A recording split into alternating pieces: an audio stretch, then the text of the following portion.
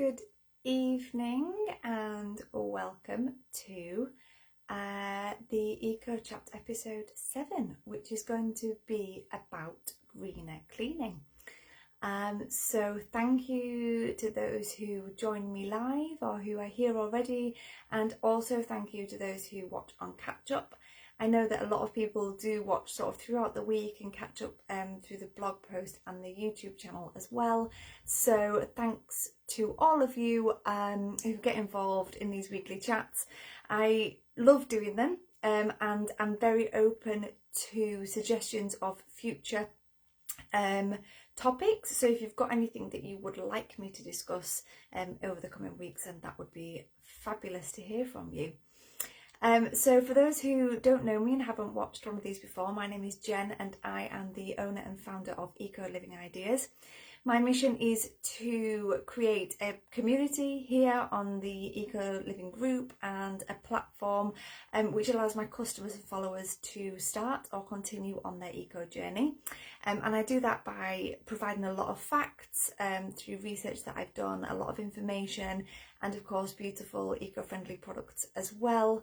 So that it's simple for you to come to one place and find all the information that you need. So I can see I've got a couple of people watching already tonight, which is great. It's a really big topic that we're going to discuss, and there's a lot of information that I simply cannot fit into tonight's episode because I'd be sat here talking for hours. But what I'm going to do is summarise a few key points on greener cleaning, and I'll share some links and some advice, and then we can sort of open a discussion about that as we go along. So this week is on greener cleaning. Next week the chat is going to have a guest blogger who is has changed her way of life and is basically looking for thrifty ways to be eco. So that will be next Monday at 7:30 here on the Eco Living Community group. Please say hello if you are there watching me live. I will sort of go ahead and talk, and I will check for questions at the end. I've had a couple of people ask questions prior to the chat starting, so I will answer those as well. But yeah, please like, comment, share the chat with friends and family so that they can all learn a little bit about greener cleaning as well. So tonight we are going to cover what is greener cleaning. We're going to cover the health implications of using regular cleaning products, the environmental impact of man-made cleaning products, and then we'll look at some safe and affordable switches for you to make.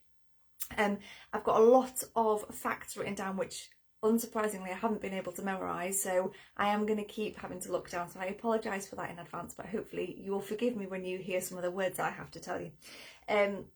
So what is greener cleaning? Greener cleaning is about being more conscious of the cleaning products that you use in your home, on your car, when you're out and about, and sort of we need to be more conscious of these products, not just things like toilet cleaner and bleach and floor cleaner, but the sponges that we use and the dishcloths and the scourers and the mops and the laundry powder. It all sort of comes under one bracket, and there are so many harmful chemicals and plastics and metals in these products that can damage you and your children and your families, and they can be harmful to your pets, and they are harmful to our water systems and aquatic life, and actually have a massive environmental impact. So when you think of greener cleaning, try to look at the bigger picture and not just sort of we need to eradicate using bleach, but it's about everything that we use, and it's about slowly making those switches and those changes, which I will come on to later, to make what we use in our homes and in our own personal lifestyles more eco-friendly and less toxic, I think is probably the best word to use. So I don't know if any of you have ever thought about the sort of the health implications and the side effects of using off-the-shelf cleaning products and the ones that are filled with harmful chemicals. I don't know if you've ever thought about how they may affect you or your family. I know when I had the girls, I suddenly stopped cleaning when they were around, and I would very much make sure that they were either in bed or that they were out with my husband, and then I would clean because I didn't want them to be around those chemicals. And then I thought, hang on, why do I not want them to be around them, but I'm still happy to be around them? And that was a really big sort of light bulb moment for me, and I thought, this isn't okay. Inhaling these toxic fumes is definitely not good for me. And when you look into it, it is a lot worse than you think. And I have done quite a lot of research this month because the focus for the Eco Living page and website is all about greener cleaning. So I've been doing a lot of research, more so than I had done before. And these are some other facts that I found. So in as little as 26 seconds after exposure, so 26 seconds after you pull that trigger or squirt that bottle of whatever it is, the chemicals can be then found in the human body. So it doesn't sort of matter how quickly you get the job done, it's less than half a minute, those chemicals will be in your body. So it's kind of too late. If you're using them, even if you leave the room, you're gonna have inhaled some of those chemicals. If you're not wearing gloves, you could have absorbed them through your skin. Fabric softeners, fabric conditioners that we put in with our laundry, they contain a lot of harmful ingredients.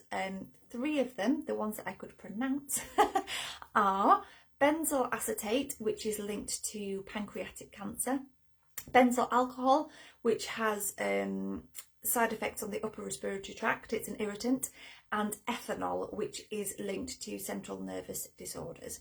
So just that one product, if you are using that regularly, you know, that build-up of chemicals in your body that you're inhaling and things off your clothes could have quite a detrimental effect to your health. I'm guessing this next one is going to be quite a common sense type of thing.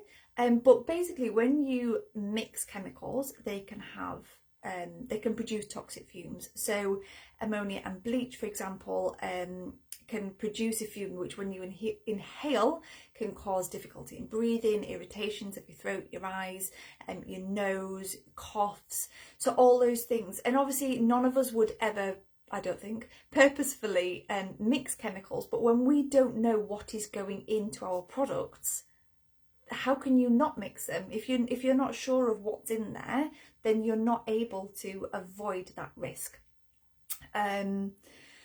So yeah, there's a lot of cleaning supplies that can irritate your eyes, your throat, cause you to cough, cause you to sneeze, and lead to headaches, and actually some of them can lead to cancer as well, which, you know, we all need and want to avoid as much as possible. And then other chemicals that can be found, and again, I'm just going to have to read these names out. One of them I can't pronounce at all, so I am going to apologise. But formaldehyde is found in cleaning products, which can cause cancer and is a skin irritant.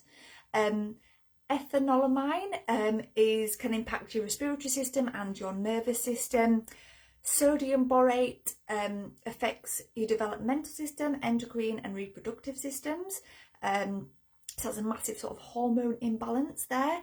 And then this is the one I can't say.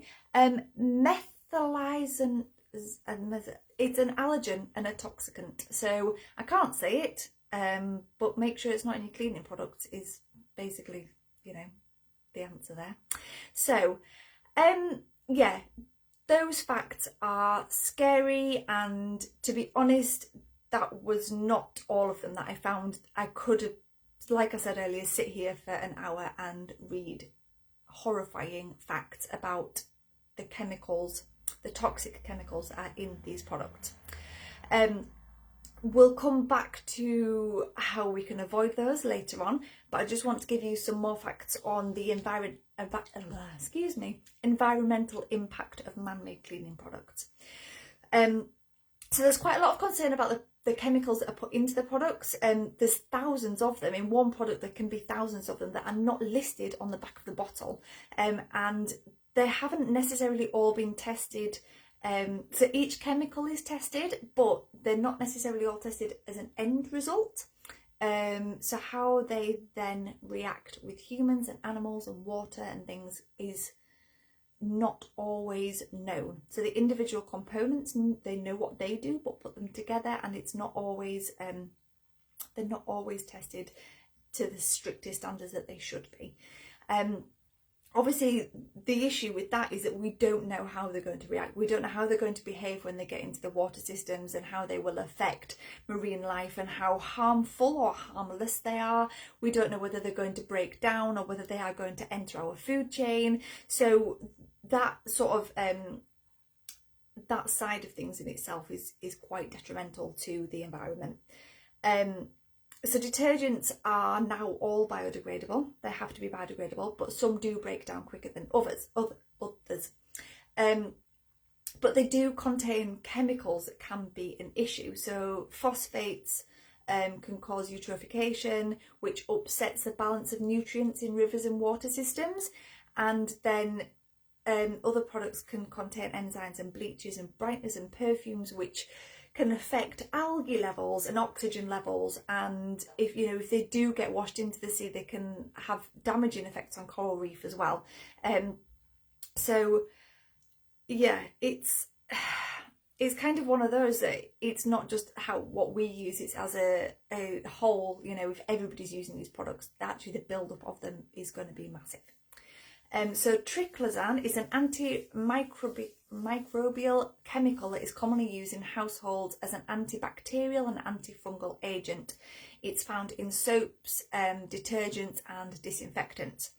Now, during water treatment, to remove that, other chemicals are formed which are harmful to aquatic life. So we're removing one thing, but another chemical is produced because of the way we remove it. And they've sort of been proven to cause cancer and developmental issues in almost every vertebrate species.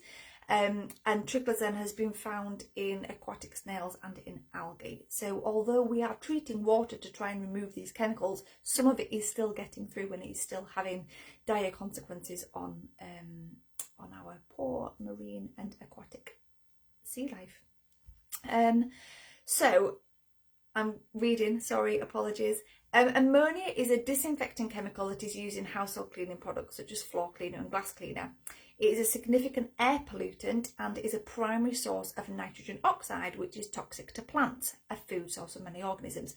So plants absorb the nitrogen oxide and it kills them, and obviously animals are then eating those plants and absorbing the nitrate oxide themselves, which it goes into the food chain.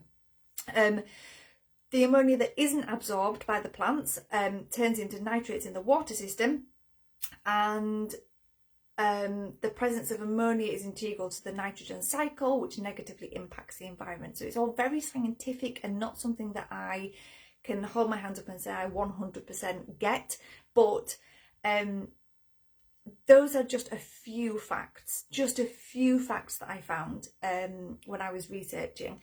I'm going to pop a link to a Wikipedia page in the comments of the chat once I've finished, and you can go on and read and find out more for yourself. So if there's an ingredient in particular that you are wanting to know more about, then go on there, have a look.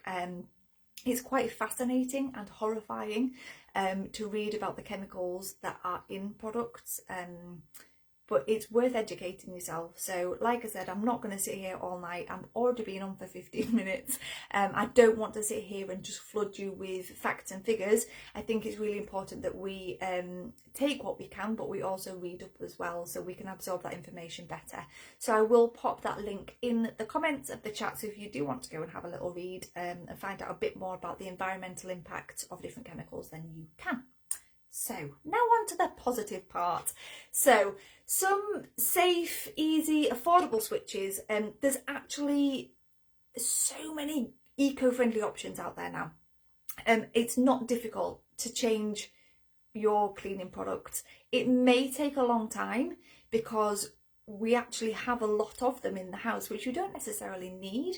But I know that when I kind of gathered all my cleaning products together, and I just thought, wow, why have I got 50 bottles of things? And I cut that down, and I now have a basket with a few different bits in that I use on all sorts of wonderful things.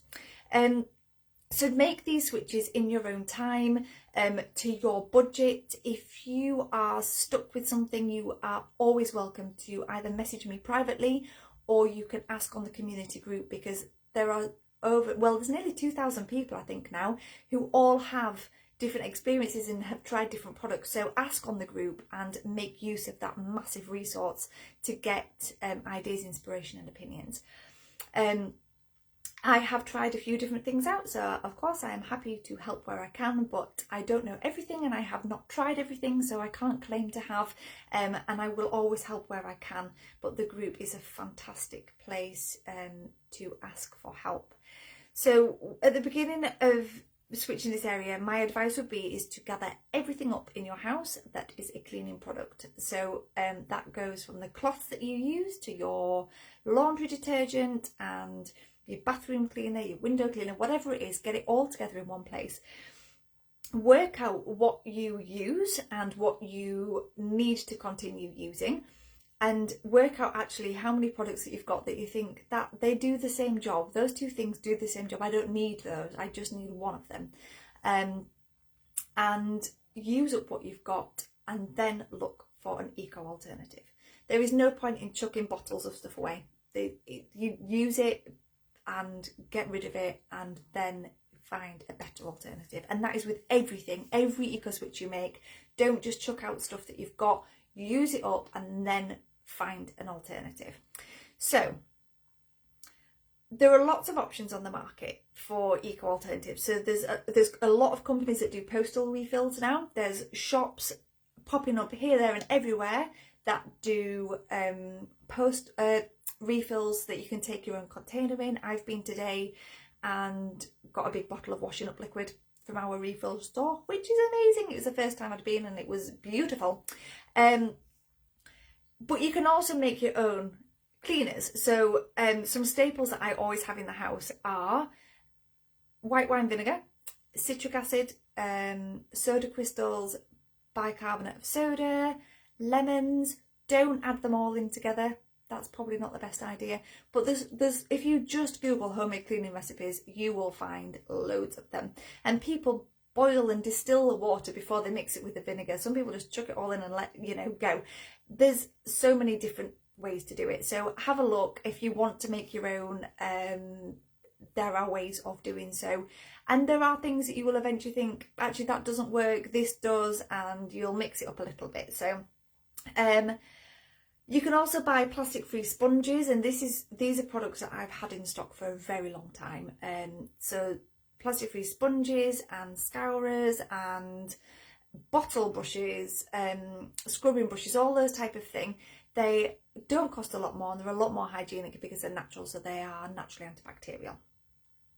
So once you start to make these changes, you'll see that you don't actually have to change your lifestyle or your habits. You literally need to buy a different product or make a different product. So some eco swaps, it takes a bit of willpower perhaps, or it takes quite a lot of a change in lifestyle and maybe on the way you shop and things. This genuinely doesn't. You literally need to stop buying one thing and buy something else and use that. You clean in the same way. You don't have to clean differently. You just clean with a different product. So that's quite something to remember. Right, before I check for more questions, I had 2 questions prior to the live starting. One was on an all-purpose cleaner. Now, I use white wine vinegar, sort of half and half with water. Sometimes I put a bit of lemon skin in there to make it smell a bit nicer, but that's a really good all-round cleaner. Like I've mentioned, I also have bicarb and citric acid in the house, which I use for different things, and they're just good to sort of have around. I am actually getting in stock later in the month, bit of a plug here, some of the Ocean Saver drops, and they are a refill. So you get sent like a little, how to describe it, a little pouch, I guess, like a little pocket with gel in, and you put that in an empty bottle with water and shake it up, and that is they do various different cleaners, but they do an all-purpose cleaner which I will be getting in stock later this month. And that is, you get sort of the concentrate posted to you, and yeah, you make it up yourself, so you're not paying for the cost of water being transported around the country. The other question that I was asked was about unblocking basins and sinks and plug holes and things. So a plunger, which can be a bit gross, but they work. Citric acid, so you can buy citric acid from Wilkinson's in cardboard boxes. It's about £1.90 for a box. You pour that down your sink with some boiling water, should unblock everything.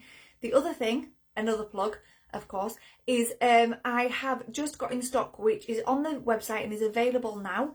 I haven't done the official launch yet, but it is on the website. It's called Violet Earth Friendly Bleach. So it is a natural bleach which uses oxygen to bleach things. It is amazing. It's like my go-to product. So I've used it today to bleach a cloth that I just cleaned some muddy Wellington boots with, which was black, and it is no longer. And I've used it to remove tea stains from 2 of my teapots. You can use it in your laundry to brighten clothes. You can use it to remove limescale, to unblock sinks, to deodorize things, to remove stains. It's like a wonder product. But that is on the website. You can buy a kilo tub of it or a little sample pack as well, which has got the equivalent of 2 laundry loads, but you can use it for all sorts. You just use it with a teaspoon for different things. So yeah, Violet's bleach or citric acid for unblocking sinks would definitely be my go-to. Right, I'm now going to go and see if any of you beautiful people have asked me any more questions, because I've been talking for 20 minutes, so I apologise that I've been jibber-jabbering on. Hello Di, hello Katie, heard of, not sure, citric acid and violets hopefully, but yeah, fingers crossed that they oh, I can now see myself in 2 places, that's not good.